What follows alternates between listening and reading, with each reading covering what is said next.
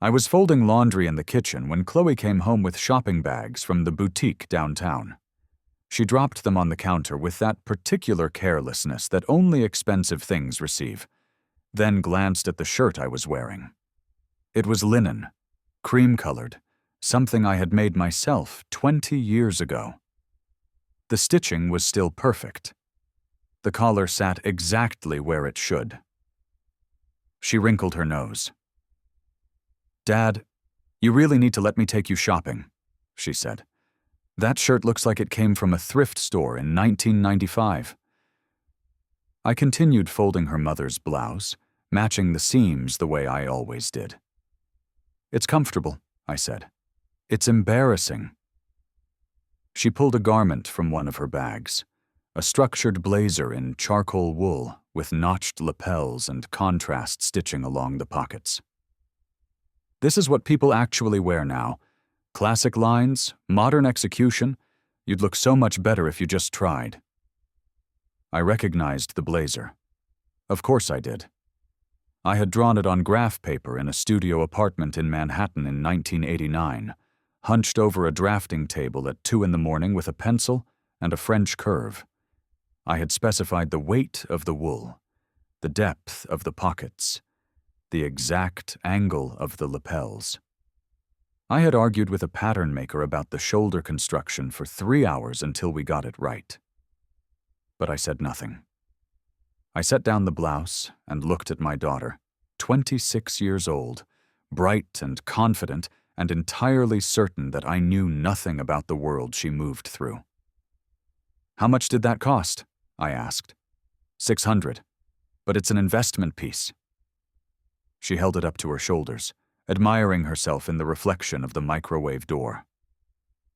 "This brand never goes on sale. They only make limited runs. That's why it holds value." I nodded and returned to the laundry. She sighed, the way she often did when she thought I was being deliberately difficult. Then she went upstairs, and I heard her closet door slide open, hangers clinking as she made space for her new purchase. I am 63. I have been retired for 8 years. Before that, I worked for 35 years in fashion, though most people who knew me in the later decades would not have called it that. They would have said I was a tailor, which was true but incomplete. I altered suits for lawyers and hems for wedding dresses and sleeves for women who had lost weight or gained it. I worked out of a small shop with good light and a steady clientele. I was known for precision. People trusted me with garments that mattered. But before that, in another life that I had carefully folded away like a pattern piece no longer needed, I had been something else. My wife died 4 years ago. Chloe moved back home 6 months after the funeral, saying she wanted to save money, saying the apartment market was impossible, saying a lot of things that boiled down to the fact that she was lonely. And so was I. I did not mind. The house was too quiet without Helen's voice in it. Chloe filled the silence with her routines, her phone calls, her friends stopping by. She worked in marketing for a tech company and spent her evenings curating an online presence that required constant updates and careful aesthetics. She photographed her meals. She photographed her outfits. She photographed herself in mirrors with good lighting, and the images she posted received hundreds of small hearts from people she had never met. I did not understand this, but I did not need to. She was my daughter. She was alive and healthy and living under my roof. That was enough. The mocking, though, had become frequent. It started small. A comment about my shoes, old leather Oxfords I had resoled twice, a joke about my glasses, wire-rimmed and practical. Then broader observations about my style, delivered with the casual cruelty of someone who believes they are helping. She did not say these things to wound me. She said them the way a person might point out that you have spinach in your teeth. A service, in her mind. A kindness. I let it pass because I had no need to defend myself. I knew what I was wearing. I knew why. The linen shirt she had dismissed was constructed with a precision she would not recognize if I explained it to her in a language she understood. The seams were finished with flat-felled stitching, the buttonholes hand-sewn with silk thread, the shoulder yoke cut on the bias to allow movement without pulling. It would outlast anything in her closet by a decade at least. But she saw an old man in an old shirt, and that was all. 3 days after the blazer incident, I was in the study sorting through papers when Chloe appeared in the doorway. "Hey, random question," she said. "Did you ever actually design clothes, or did you just fix them?" I looked up from the file I was holding. "Why do you ask?" "I was telling my friend Emma about your shop, and she asked if you did custom work, like original designs." "I did alterations," I said. "Some custom tailoring for clients who wanted something specific." "But not like fashion design, not like runway stuff." "No," I said, "not runway stuff." She nodded, satisfied, and disappeared. I returned to the file. Inside were contracts from 1987 to 1994, letters on letterhead that had long since ceased to exist, payment stubs for work credited to a name I had not used in 30 years. I had pulled these papers from a box in the basement the week before, not for any particular reason, just the idle curiosity of a man with time on his hands and a quiet house. The name on the contracts was M. Rousseau, not my legal name. A pseudonym I had chosen because the senior designer at the house thought my real name, Martin Kowalski, sounded too ethnic for the European market they were courting. He suggested something French, something that evoked old-world craftsmanship. I chose Rousseau because it meant nothing to me, and that felt safer than choosing something I cared about.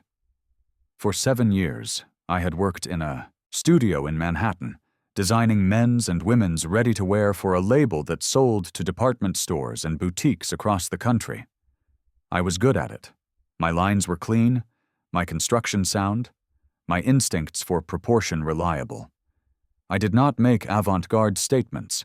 I made clothes that people wanted to wear, clothes that moved well and lasted and looked right in photographs. Then the company was sold. The new ownership wanted younger designers, flashier concepts, lower production costs. They thanked me for my contributions and declined to renew my contract. I was 37. I had a wife and a daughter and a mortgage. I took my severance and opened the tailor shop, and I never told anyone about Monsieur Rousseau because it no longer mattered. Fashion is not a sentimental industry. Designers come and go. Labels rebrand. Nothing stays. Except apparently the blazer my daughter had bought for $600.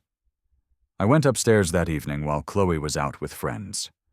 Her room was neat in the way of someone who photographs it often. The blazer hung on the back of her desk chair. I turned on the lamp and examined the label. The brand name was stitched inside the collar in a serif font I recognized. Below it, in smaller text, was a line I had not expected to see. Heritage Collection. Original design M. Rousseau, 1989. I sat down on the edge of her bed. They had re-released it. Not just the blazer, but the whole collection, perhaps. They had gone into the archives, found the patterns, and brought them back. It happened sometimes, when a brand wanted to capitalize on nostalgia or credibility. But they had credited me. That was unusual. Designers who worked under pseudonyms rarely saw their names surface decades later. The companies owned the rights. The individuals were footnotes. I took a photograph of the label with my phone. Then I went downstairs and opened my laptop. The brand's website confirmed it. The Heritage Collection, launched 2 months ago, 6 pieces from their 1989 fall line, all designed by M. Rousseau. They had written a short biography on the designer page. It said that M. Rousseau had been a visionary minimalist who understood structure and movement, that his work had defined an era of understated elegance, that he had vanished from the industry at the height of his craft, and that his designs remained timeless. They did not mention that Monsieur Rousseau had spent the last 30 years hemming pants in a strip mall. I sat with this information for a while, turning it over the way I used to turn fabric in my hands, checking for flaws, for hidden potential. Chloe did not know. That was clear. If she had known, she would have said something. She was not subtle. She was not cruel either, not in any intentional way. She simply did not see me as someone whose past could intersect with her present. I was her father, the man who cooked dinner and paid the mortgage and wore old shirts. I was not someone who had shaped the things she valued. And that, I realized, was the betrayal. Not the mocking itself, which was thoughtless but common. The betrayal was the assumption. The certainty that I was small, that my life had been small, that I had nothing to teach her because I had never done anything worth learning from. I closed the laptop.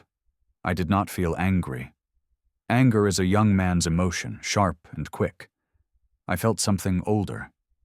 Disappointment, perhaps. A kind of sadness that sits low in the chest and does not move. But beneath it, quieter, was a question. What would happen if she knew? The next morning, I made coffee and toast and waited for Chloe to come downstairs.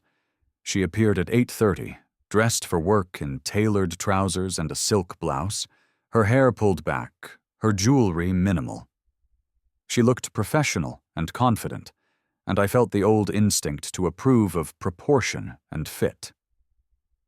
"That's a good blouse," I said. She glanced down at it, surprised. "Thanks. It's from the same brand as the blazer. I found it on sale last month." "The Heritage Collection?" She stopped, her coffee mug halfway to her lips. "How do you know about that?" "I looked it up after you showed me the blazer." "You looked it up?" She seemed genuinely confused. "Why?" "Curiosity." She set down the mug. "Okay, well, yeah. It's their throwback line. They brought back designs from some old designer who worked for them in the 80s. It's doing really well. People love the vintage aesthetic without the actual vintage problems, you know? Like, it fits modern bodies. The fabrics are better, but it still has that classic thing." "Do you know anything about the designer?" I asked. She shrugged.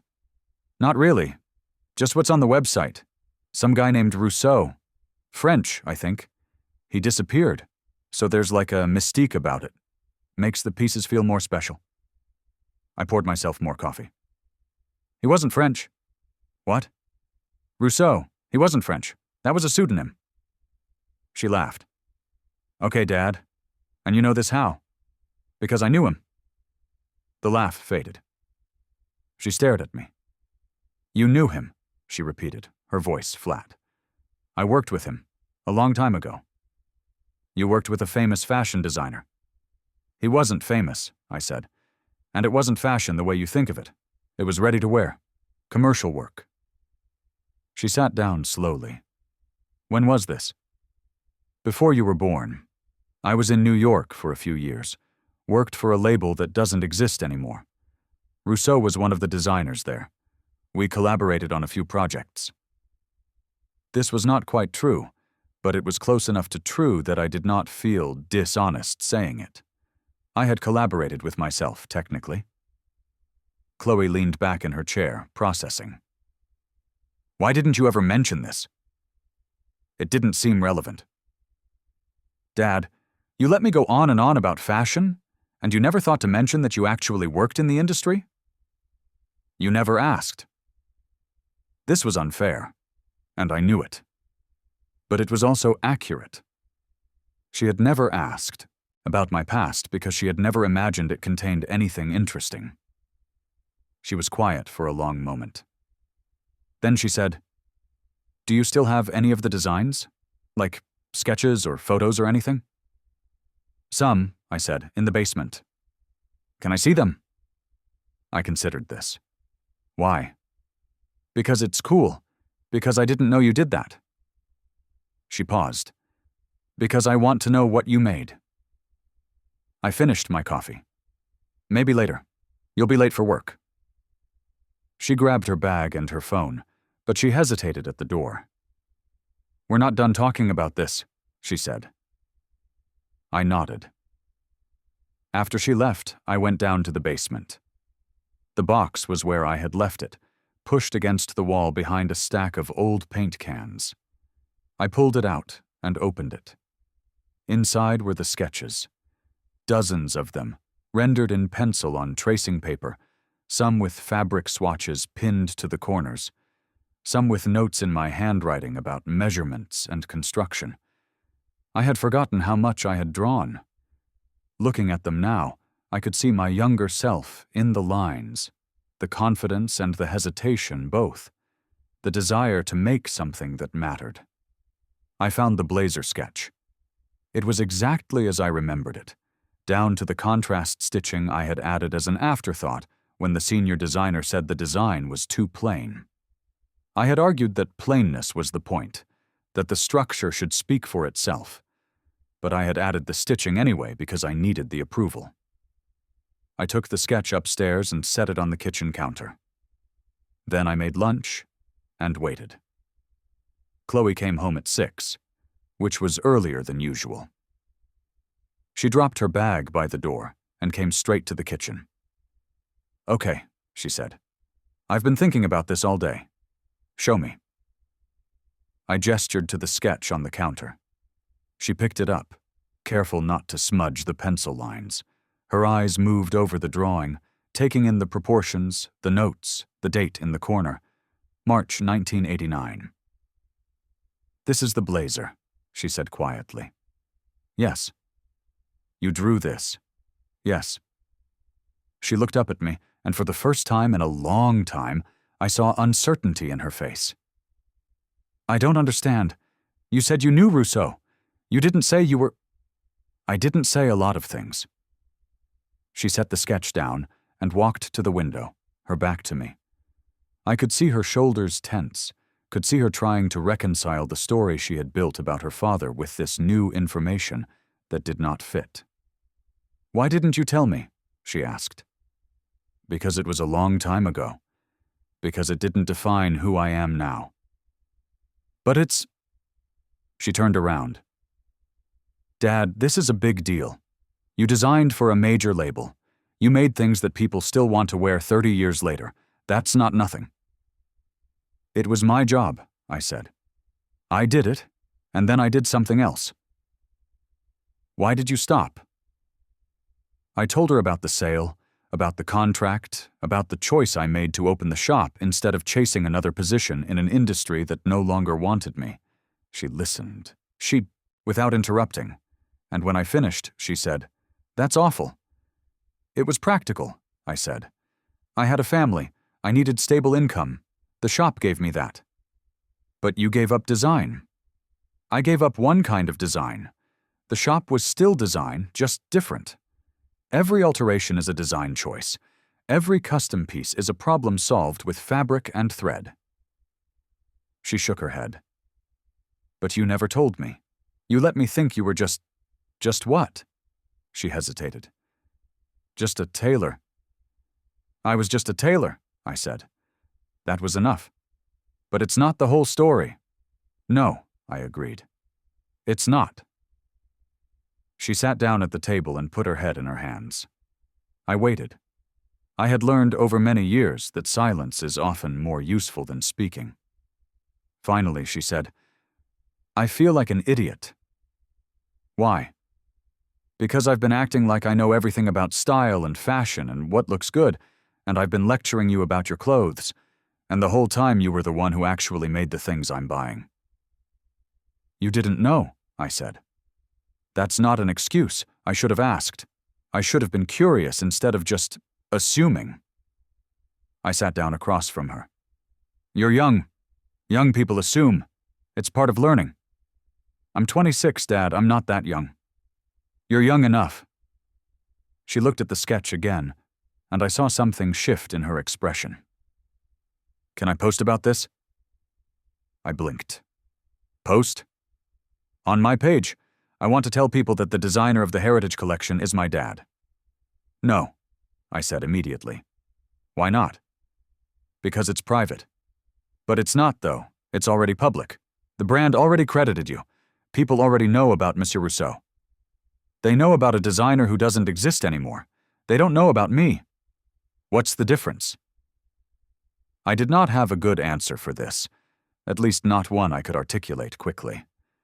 The difference felt obvious to me, but I could see that to her it was not. I don't want attention, I said finally. I don't want people contacting me or asking questions or trying to make it into something it's not. What if it's something good? She asked. What if people are inspired by your story? What if the brand wants to work with you again? I'm retired. So? You could consult? You could do something small. You're only 63, Dad. That's not old. I did not feel old most days, but I did not feel young either. I felt settled. I felt finished with the part of my life that required proving anything. Let me think about it, I said. She seemed disappointed, but she nodded. That evening, after she went to bed, I sat in the study with the box of sketches spread across the desk. I went through them slowly, remembering the context of each piece, the season it was designed for, the feedback from the senior designer, the small battles I had won and lost over details that mattered only to me. I had been proud of this work once. I had believed it was important, that the precision and care I put into each line meant something. Then the industry had discarded me, and I had accepted that judgment as final. I had moved on. But seeing Chloe hold that sketch, seeing her recognize the value in it, had cracked something open. Not pride, exactly. Something quieter. A reminder that the work had existed, that it had mattered to someone, even if only to my younger self. I did not know what to do with this feeling. The next day, I called an old colleague. His name was Dennis, and he had been the pattern maker at the label, the one I had argued with about shoulder construction. We had stayed in touch sporadically over the years, exchanging cards at holidays, occasional emails about nothing in particular. He answered on the third ring. "Martin," he said, "good to hear from you. What's going on?" "Do you remember the Heritage Collection campaign?" I asked. There was a pause.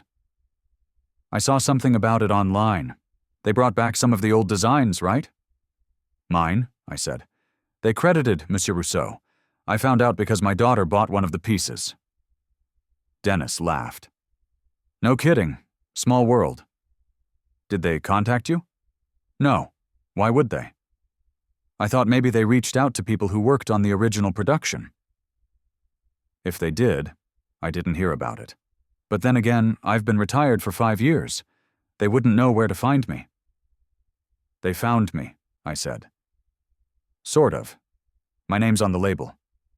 "Well, you were the designer. Makes sense they'd credit you." I wasn't expecting it. "You should be pleased," Dennis said. "It's a compliment.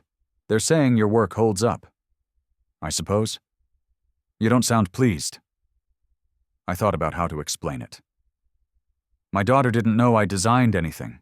She thought I just fixed clothes." "Ah," Dennis said. "And now she knows." "And now she knows." "How's she taking it?" "Better than I am, maybe." He chuckled. "You always were hard on yourself. Look, Martin, here's my advice. Let it be what it is. You made good work. People still like it. That's a win. Don't complicate it." "I'm not trying to complicate it." "Then don't. Enjoy the moment. Let your kid be proud of you. That's not a bad thing." We talked for a few more minutes about other things, his grandchildren, his garden, the weather. When I hung up, I felt marginally better, though I could not say exactly why. That weekend, Chloe asked if she could invite her friend Emma over to see the sketches. I agreed, partly because I could not think of a reason to say no, and partly because I was curious how someone from her generation would respond. Emma arrived on Saturday afternoon, a thin woman with careful posture and an expensive handbag. She worked in fashion marketing, Chloe had mentioned, for a brand I did not recognize. I brought the box upstairs and spread the sketches across the dining table. Emma went through them slowly, her fingers light on the paper, her expression focused. "These are extraordinary," she said after a long silence. "They're old," I said. "They're timeless. The proportions are perfect. The details are subtle but intentional." She looked up at me. "You studied at Parsons?" "No. I apprenticed with a tailor in Chicago when I was 16. Everything else I learned on the job." She blinked. "That's remarkable." "It was normal for my generation. You learned by doing." "Not like this, though. This is a professional level most people don't reach even with formal training." I did not know what to say to that, so I said nothing. Emma turned to Chloe. "You need to document this. Interview your dad, record his stories about the designs, get photos of the sketches. This is the kind of content people love." "I suggested that," Chloe said. "He's not interested." "Why not?" Emma asked me. "Because it feels like something for someone else's life," I said. "Not mine." Emma considered this. Then she said, "What if I told you the brand might want to meet with you? The company that owns the label now is very focused on heritage and storytelling. If they knew you were still alive and willing to talk, they'd be interested." "I'm not willing to talk." "Why?" "Because I don't need to." Emma glanced at Chloe, then back at me. "Mr. Kowalski, with respect, I think you're underestimating how rare this is. Designers from your era, especially ones who worked under pseudonyms, usually disappear completely. The fact that you're here, that you have the original sketches, that you can speak to the creative process, that's valuable, not just commercially, culturally."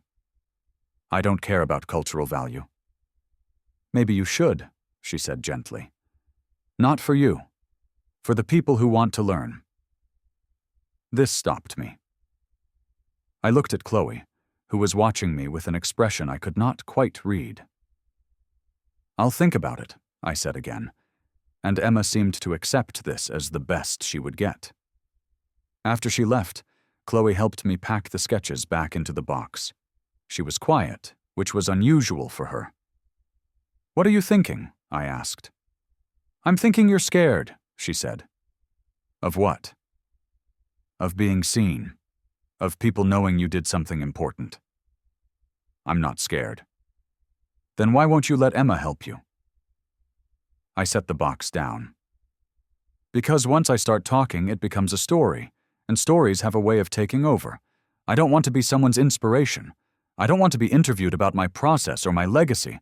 I just want to live my life." "But what if your life could include both? What if you could stay private but still let people know what you made?" "That's not how it works."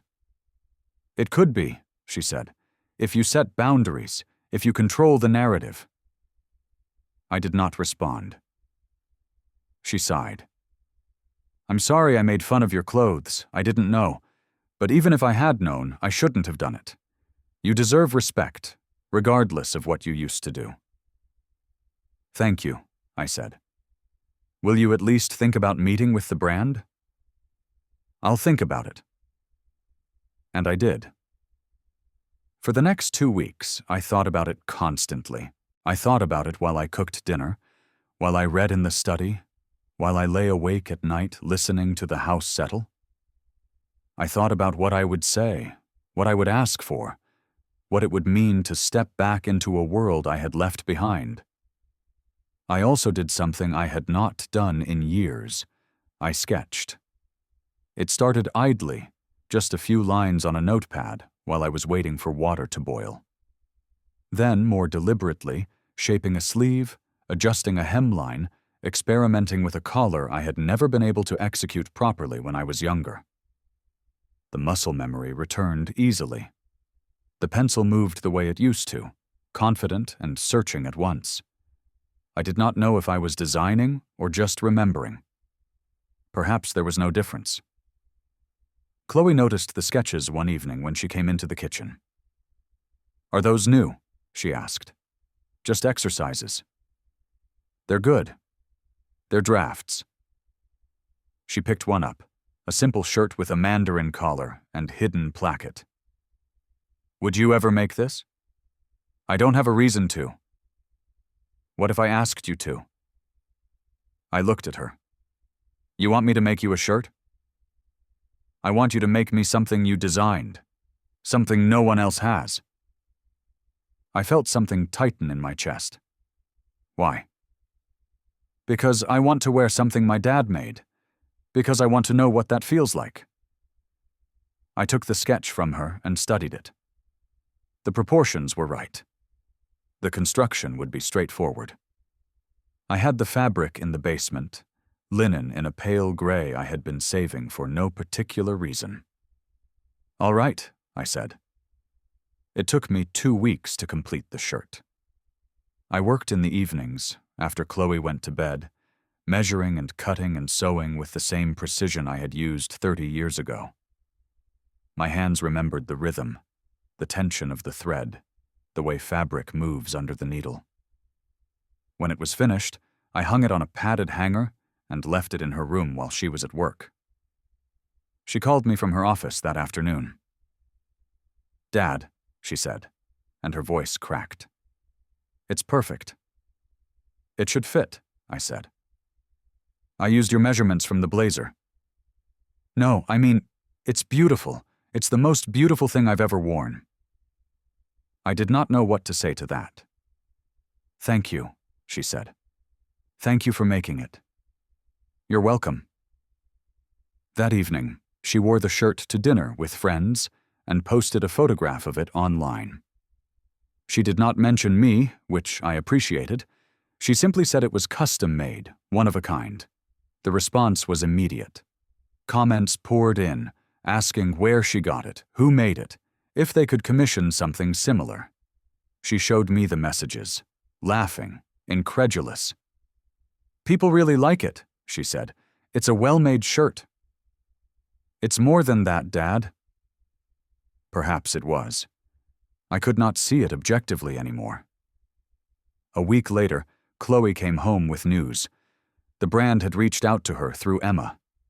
They wanted to meet with me, not for an interview, but for a consultation. They were planning to expand the heritage, collection, and wanted input from the original designer. If I was interested. Are you? She asked. I thought about the shirt hanging in her closet, about the way she had looked when she called me.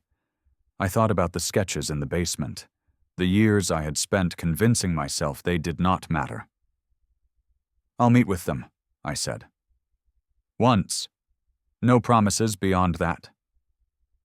She hugged me, quick and hard, before I could protest. The meeting was scheduled for the following month at a restaurant downtown. Chloe offered to come with me, but I told her this was something I needed to do alone. The brand representative was a woman named Claire, mid-40s, with the kind of effortless elegance that comes from understanding fabric and fit. She shook my hand and thanked me for coming. I'll be direct, she said. We didn't expect to find you. Most designers from that era are either deceased or unreachable. When Emma told us you were still in the city, we thought it was worth exploring a conversation. What kind of conversation? We want to bring back more of your work, not just re-releases but new interpretations, pieces that honor your aesthetic but feel contemporary, and we want you involved if you're willing. In what capacity? Advisor, consultant, whatever feels right to you. We're not asking you to design full-time. We're asking for your eye, your input, your approval. Why does my approval matter? She smiled. Because your work is the reason people are buying these pieces. They trust the name. They trust the history. Without you, it's just clothes. With you, it's a legacy.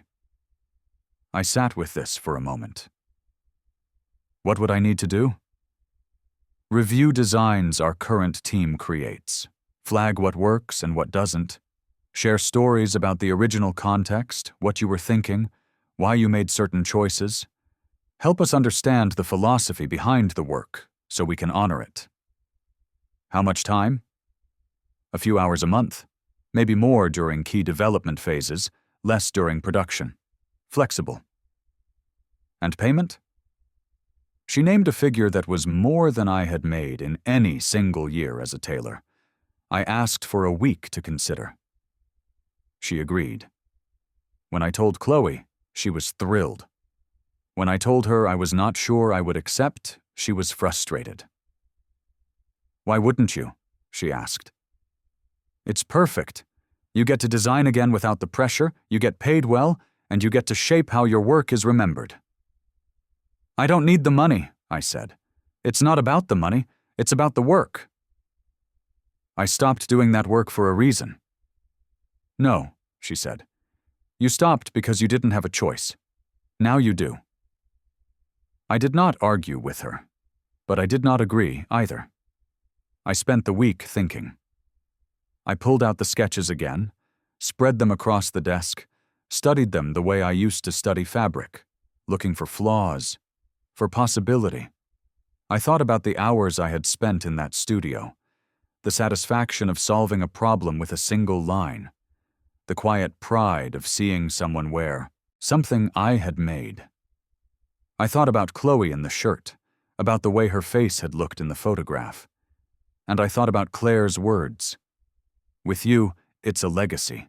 I did not want a legacy, but I understood, finally, that I had one anyway. The work existed. People wore it, valued it, paid money for it. Whether I acknowledged it or not, it was part of the world. The question was whether I wanted to be part of it again.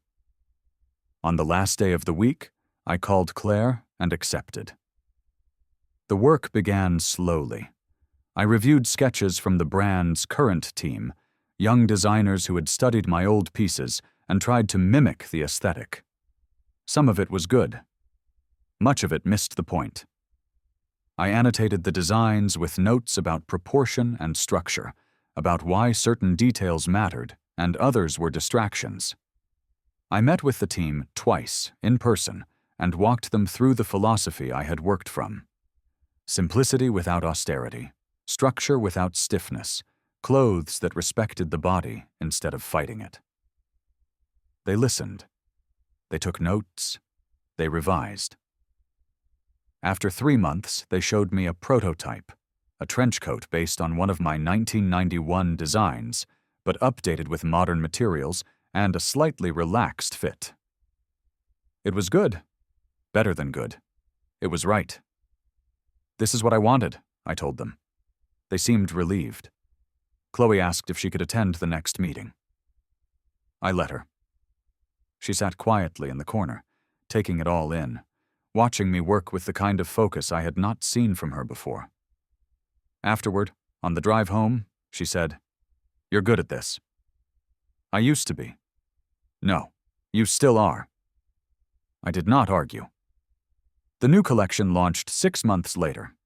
The brand credited me, again, this time with my legal name and a short biography written in consultation with me. They sent a photographer to the house to take pictures of the original sketches.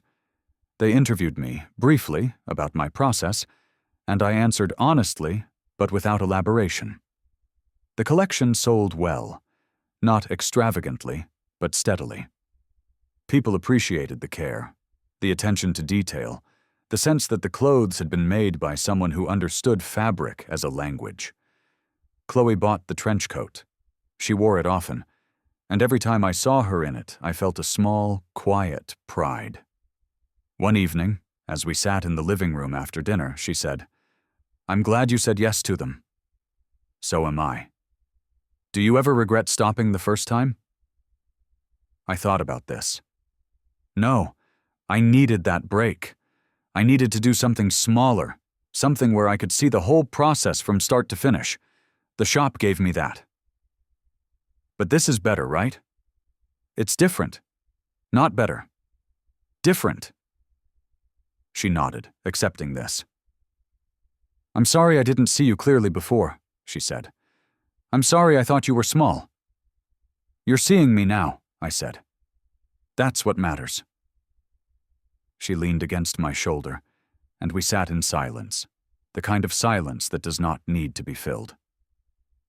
I am 64 now. I work a few hours a month with the brand, reviewing designs, offering guidance, protecting the integrity of the work I made 30 years ago. I do not need the money, but I take it. I do not need the recognition, but I accept it. Because Chloe was right. It is not about me. It is about the work, and the work deserves to be done well. Sometimes I sketch in the evenings, not for the brand, just for myself. Small ideas, quiet experiments, lines that go nowhere and lines that surprise me. I do not know if I will ever make these pieces.